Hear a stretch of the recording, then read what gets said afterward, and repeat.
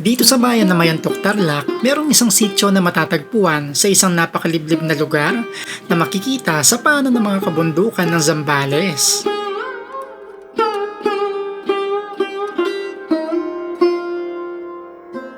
Isang bulubunduking barangay na kilala bilang isang magandang ecotourism na destinasyon at isang dating kuta ni General Francisco Macabulos noong Philippine Revolution. Tinagurianteng itong bahagi ng summer capital ng Tarlac dahil sa napakagandang ilog na meron dito.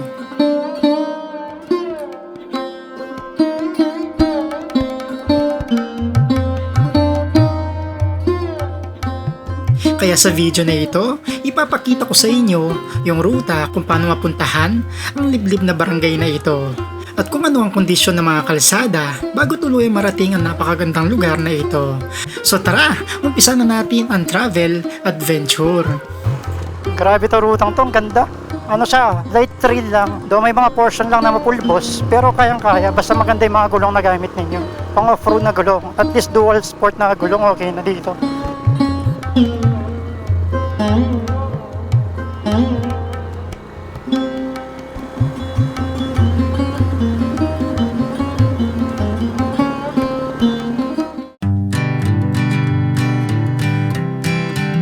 Okay, so good morning ulit sa inyo mga kabalen at welcome ulit sa panibagong motorcycle adventure.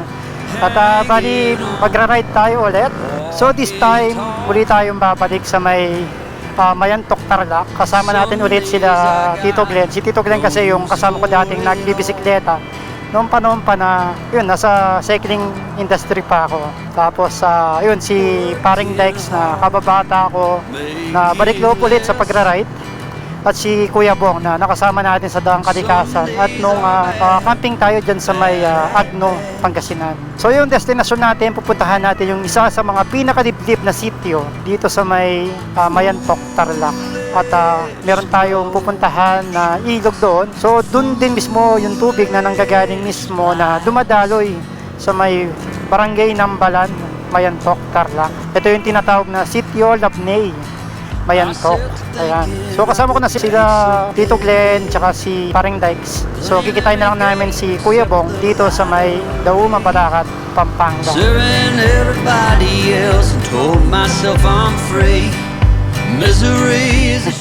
Si Paring Dykes. Ano, naka CRF 250 pang mga lakasan. Tapos si Tito Glenn, ayan, naka ADB. Honda ADB. Hintayin lang namin si Kuya Bong. Tapos ride out na kami. Yun o. Ayun, so bali apat kaming motor na magra-ride ngayon. Si Paring Dykes naka CRF 250 and si Tito Glenn naka Honda ADB 160 pala to. Tapos si Kuya Bong naka CF Moto 450 MT tsaka si Osang, ayan.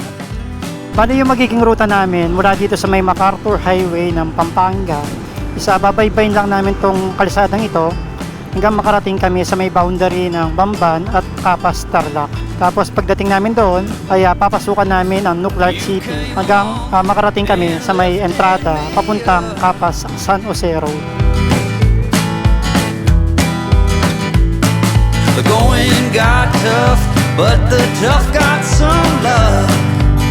Okay, papasok na tayo ng Nuclark City Access Road mula dito sa may boundary ng Bamban tsaka Capas, Tarlac. Okay, dito na tayo sa may Nuclark City, Capas, Tarlac. Bali dito na tayo dumaan dito sa may likuran mismo ng Athlete Stadium ng NCC.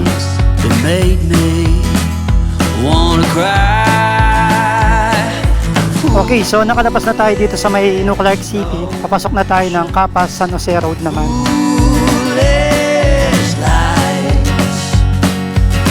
Dito na tayo ulit sa may barangay Lubigan, San Jose, Tarlac. So konting tubig ngayon sa ilig dahil taginit na hindi na ragasa. Tapos pagdating dito, kakaliwa tayo papunta ng San Jose tsaka Mayantok. Yung pakanan kasi pabalik na ng Tarlac City yan. So tayo, kaliwa tayo. Ayan, so bali nandito na tayo ngayon sa may barangay Purgos, San Jose, Tarlac. Dito na yung boundary ng San Jose tsaka yung Mayantok, Tarlac. Ayan. Ganda ng view, grabe. Solid.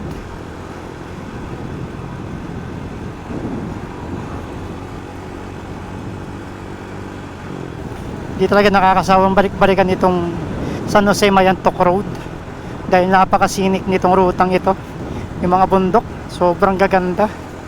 Tapos napakadiwalas pa ng kalsada na inyong pagdadaanan. Ito, 6 lanes. Grabe. Tapos solong-solo lang namin. Ganun kaganda yung ruta. Ayan, so nandito na tayo sa may boundary ng San Jose at saka Mayantok, Tarlac. So palabas na tayo ng San Jose. At ayan, syempre papasok na tayo ng Mayantok. Maganda ng mga bundok talaga.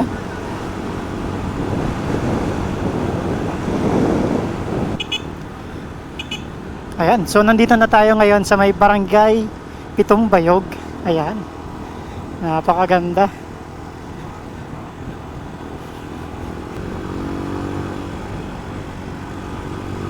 Eksaktong alas 12 na ng tanghali na marating na namin ang pinakabayan na Mayantok, Tarlac. At dito na kami nagpasyang kumain ng aming tanghalian bago namin ituloy ang aming biyahe papunta ng Sitio Labney na Mayantok, Tarlac. Bali kakatapos lang namin kumain dito sa may town proper na Mayantok, Tarlac at proceed na natin ng ride natin papunta dito sa may Barangay Labney or Sitio Labney dito sa may Mayantok, Tarlac. So mula dito papuntang Sitio Labney is nasa 1 oras pa pala. Ganun pa pala siya kalayo. Akala ko saglit na lang. Ayan, so mula dito sa may town proper na Mayantok, kakanan tayo dito. Ayan, nandiyan na may mga signages na pupuntahan. Pero yung Sitio Labney is alam ko wala dyan. Hindi kasama. Uy, ang init bigla. Di bali, pag papalapit na tayo sa may mga bundok, medyo mababawasan ng init. Sana. Ayan, tapos ito yung tubig na nanggagaling mismo sa may ilog ng Nambalan. Ayan, dito medyo pondo na siya. Oh. Ayan, tapos diretso tayo dito sa may barangay Kubkub. Ayan, pasok tayo dito. Tapos yung papuntang Kapia Kental na sa may San Clemente, kakanan dyan. Diretso tayo dito. Pagdating natin dito sa may barangay San Bartolome, Mayantok, Tarlac, kakanan tayo dito. May signage naman, ayan. Kung saan pumasok itong truck. Ayan. Taldiapan, covered court. Pagpasok natin ng arko ng barangay Taldiapan, ito na yung bubungod sa atin. Mga nagkagandahang mga ruta papunta dito sa ating destinasyon. Mula dito sa may I Love Taldiapan, kakanan dito. Pero pagdating dito, meron 2 ruta ang ituturo ni Google Maps. Ang dapat ninyong piliin na ruta ay yung sa may kanan kung saan nakaparada itong mga trucks. Dahil itong ruta na ito ay puro semento at mas mabilis bago marating ang pinaka-off-road papasok ng Barangay Labney. Dahil kung pipiliin nyo naman yung nasa kaliwa, ay bungad pa lang ay off-road na ang sasalubong sa inyo. Sa pagkakataon na ito, dito kami napadaan at ipapakita ko sa inyo ang itsura ng ruta dito sa may kaliwa. Saan ba yung daan? Tama ba? Ayan, pasok tayo dito.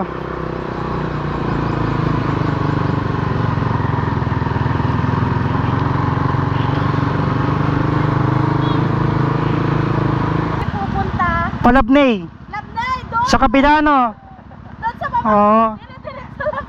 Dalawa yung tinuro na daan eh. Pwede dito. Pwede dito. Yan yung bunga niya. Tapos packet na kayo sa bundok. Okay naman yung daanan dito. Oo, yan. Oh, sige, dito na lang. Thank you.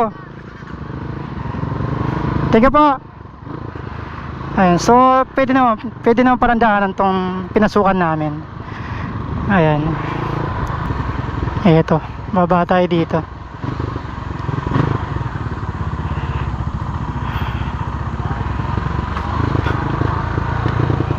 Ayan, tama na. Dalawa kasi yung tinuturo na ruta ni Google Maps. Itong pinasukan namin ngayon, tsaka yung kanina, yung nasan yung mga truck kanina, pwede naman dumaan doon. So akala ko ito rough road, sementado naman pala. Ayun, okay yung kalsada, maganda, bagong semento. Akala ko kasi dati sa Google Map is all the way rough road ito. Ayun, so mula dito meron pa siyang 52 minutes na travel time So yung estimated time of arrival natin dun sa may City of Labney is nasa 1 hour and 58 minutes pa. Wow, kaso ang init dito, grabe. Dahil nasa kapatagan pa tayo, kaya dama pa natin yung init siguro. Ito, may off-road na tayo.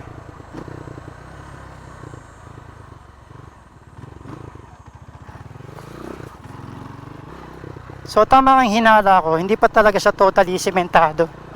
So ito, rough road pa din. So kung may kukumpara ko siya, kumpara doon sa may dapat napapasukan namin kanina, isa mas mahaba itong off-road section na ito kumpara doon sa may kabilang ruta. Ganda oh. Tsaka compact na compact yung trail. Walang dulas. Wow, ang ganda. Ang ganda ng mga bundok oh. Although dito medyo may kalakihan yung mga bato eh, no? Hindi sila parang puro graba. Ay, may mga part na matutulis pa ng mga bato eh. Ayun, mukhang magdudugtong din pala yung kalsada kung saan kami dapat dadaan kanina. Ito siya oh. Sementado siya. So kumbaga parang warm up lang ito na dinaanan namin. Pagdating dito sa parte nitong trail papuntang City of Labney, isa napakaganda din pala ng trail. Makinis yung off-road section. Hindi na siya ganun kabato kamukha kanina doon sa may unang off-road section na dinaanan namin. Mula doon sa may barangay Kaldiapan ba yun? Nakalimutan ko na.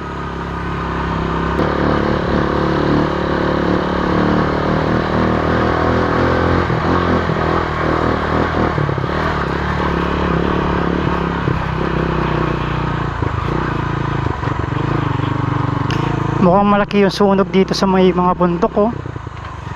Grabe yung mga bakas ng sunog. Ayun, sa gilid na nasa harapan natin. Grabe, ang lawak ng nasunog dito. Konting paalala nga pala, bago kayo pumasok sa trail papuntang City of Labney, siguraduhin niyo na nakapagpakarga na kayo ng gasolina. Dahil pagdating dito sa trail, wala na kayo mabibilhan pang mga gasolina. Doable naman yung trail natin. May mga portion lang na paahon, pero kayang-kaya. May junction dito, tapos kakanan tayo. Ang ganda na itong trail, napakakinis. Mukhang bagong tawag dito, bulldozer. O parang grader, ganun. Mukhang inaayos nila to. Ito parang ginagawa nilang kalsada to. Okay, meron dito, ano? Yan, ang lapad nito. Saan kaya papunta to? Buong akit siya doon, paikot sa bundok.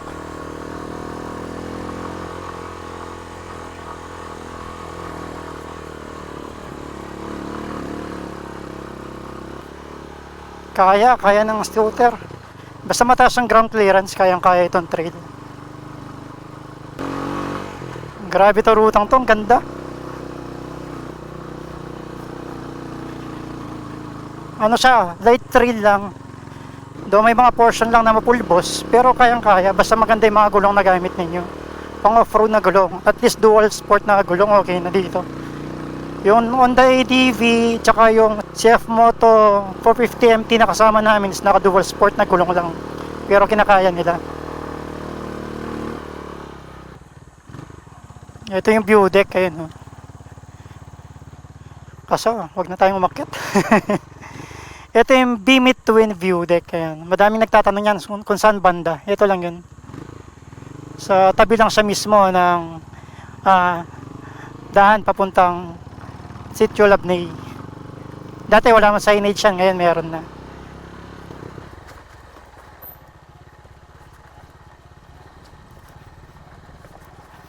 Sobrang layo ng yung itsura ng terrain na to doon sa may Anza Twin Falls. Anza Twin Falls is matagtag eh, literal na matagtag, malalaking bato.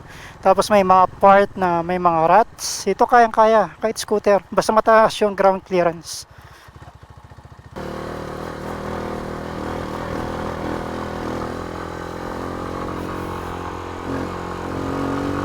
Grabe, sementado na dito. Oh.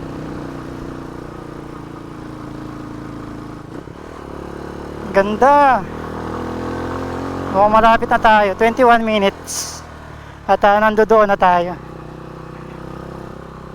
Oh, grabe mga siko.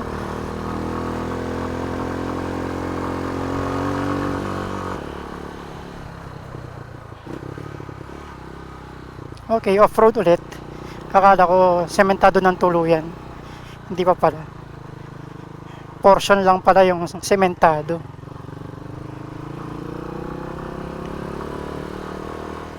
Tsaka dito, napansin ko isa unti-unti na rin lumalamig kasi may mga portion ng trail na malilim na. Although kahit na tinatamaan kami ng sikat ng araw, hindi naman ganun kainitan, sakto lang. Tsaka yung hangin dito is medyo malamig. Anong oras na ako? Mag-aalas 3 na pero hindi ganun kainit. Mas mainit pa kanina nung nagpakarga kami, nung bumalik kami sa bayan. Doon talaga mainit. Lapit na tayo. Kita ko na yung ilog sa sa mapa.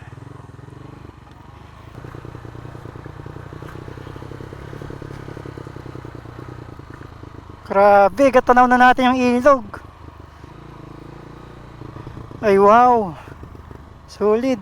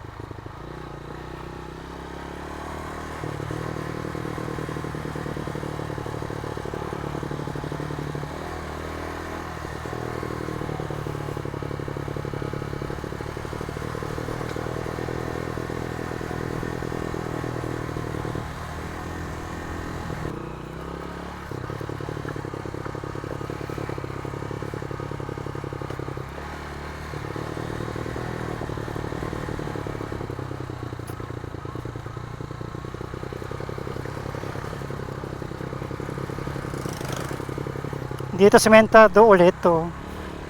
Galing.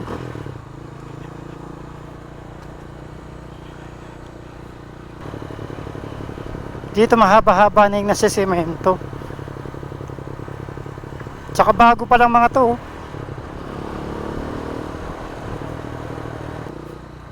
Okay, off-road ulit.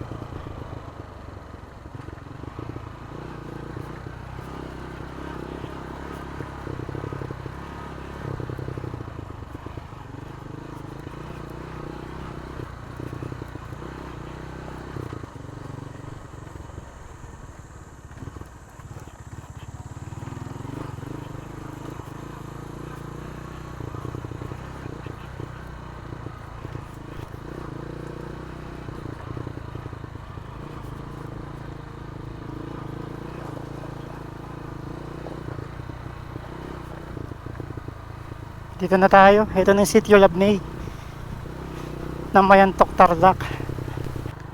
Mukhang marami din mga pumasyal. Ayan, oh. Nakatrack pa sila.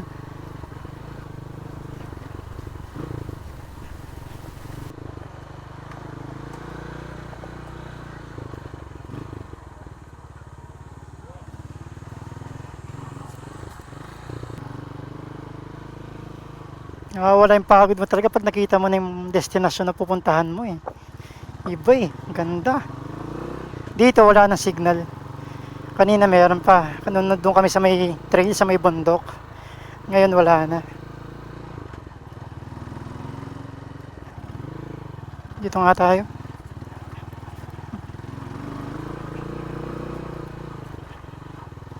Isa lang pala yung daan. Kala ko saan papunta yun. Pareho lang pala. Dito may mga pine trees, oh. Ayan na. Tanaw na natin ang Sitio Labney. Pwede tumawid yung motor?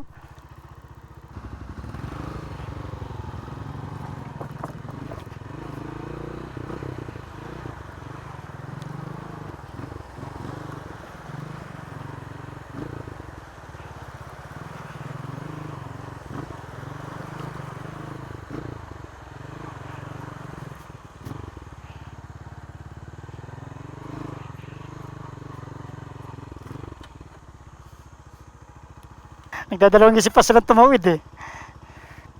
Kaya, matibay naman.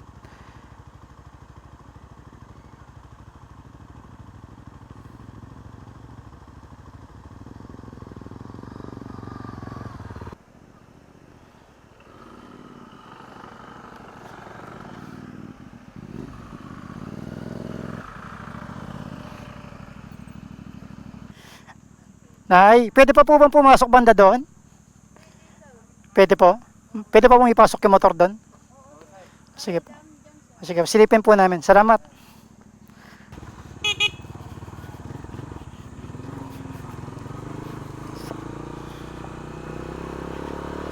Hanap pa tayo ng magandang pwesto. Gusto kasi namin doon banda, doon sa may hangin bridge. Mukhang mas maganda dito. Oh.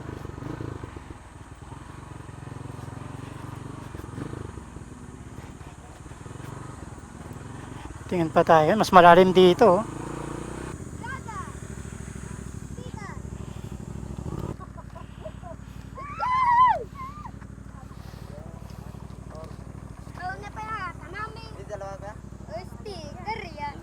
Isa-isa na lang. Ayun, so dito tayo sa may City of Labney, Mayantok, Tarlac. Dito, itong ilog na to, ito mismo yung tubig na dumadaloy papunta doon sa may barangay Nambalan. Diyan din sa may Mayantok, Tarlac, na isa sa mga sikat na pinupuntahan dito sa may Tarlac. At kung naghahanap kayo ng mas maganda at mas tahimik na pwedeng puntahan, at the same time merong adventure, magandang puntahan itong City of Labney. Unang-una, di masyadong crowded, hindi maingay, hindi maraming tao. Mayroong mga bumibisita pero kukunti lang. And then at the same time, yung vibes kasi dito, yung makapag-relax ka, is makukuha mo. Napaka-raw pa na itong lugar. Sana manatili lang siyang ganyan, walang ma-develop na kahit ano. Tsaka yung trail maganda. Siguro depende pa rin yung trail na yun, seasonal yung trail na yun eh. Yung itsura pa lang ng trail, kapag maulan sigurado maputik yun. Pero doable siya kahit scooter. Basta yun nga, gaya na sabi ko kanina, yung scooter mo is naka dual sport. At the same time, yung ground clearance is mataas para hindi sumayad yung engine. Tapos ito yung hangin bridge. Hindi na ako nakaligo eh, kasi mas pinili ko na lang na makipagkwentuhan, enjoy yung lugar, makapag-relax. Yun lang naman talaga yung hanap ko pag pumupunta ako sa mga ganitong klaseng lugar, para makapag-distress lang, makapagtanggal lang ng stress sa katawan. Kasi lahat naman tayo, alam naman natin na may mga kanya-kanya tayong stress, so kailangan natin yung mga ganitong klaseng mga yung paggala, para ngayon ito yung pinaka-outlet natin sa lahat ng mga pinagdadaanan natin kada araw. Tapos yung tamang kwentuhan kasama yung mga kaibigan, mga past na memories namin during nagre-ride, na open, tawanan, kulitan. Napakasarap ng ganito. Tapos makikita mo itong mga lokal, mga kabataan, at napakasarap nila makasalamuha dito sa lugar. Yan sila oh. Pero syempre kapag pupunta tayo dito, huwag natin kakalimutan na yun nga, wag tayong magkakalat, kasi masisira nga itong ganda nitong lugar. Pero itong lugar napakaganda, kaya dapat kung saan man tayo pupunta, itong mga lugar na pupuntahan natin, huwag nating iiwanan ng kahit anong klaseng mga kalat o basura na dinala natin papunta dito, para mapanatiling maganda, malinis, at syempre nakakahiya sa mga lokal, at para maging tulong na rin sa kanila na yun nga, hindi tayo nagiging parang panira sa lugar nilang napakapayapa at napakatahimik.